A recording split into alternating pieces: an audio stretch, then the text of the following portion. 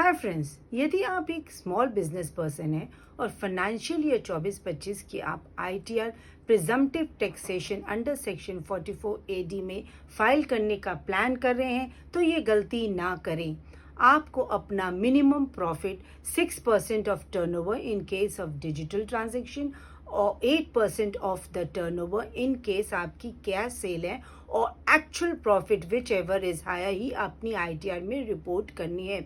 मान लो आपकी 6% या 8% के हिसाब से प्रॉफिट है 20 लाख रुपी और आपका एक्चुअल प्रॉफिट है 30 लाख रुपी। इस केस में आपको अपनी आईटीआर में एक्चुअल प्रॉफिट यानी कि 30 लाख ही रिपोर्ट करना है। यदि आपका एक्चुअल प्रॉफिट लोअर है, 30 लाख के जगह 10 लाख है, तब आप अपनी आईटीआर में लोअर प्रॉफिट रिपोर्ट नहीं कर सकते।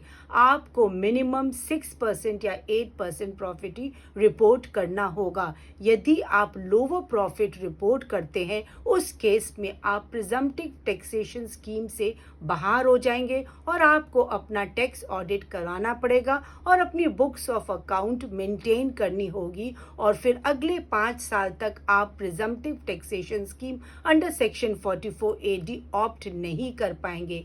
Hope this may be useful for you. For more insight, follow CA Anita Agarwal.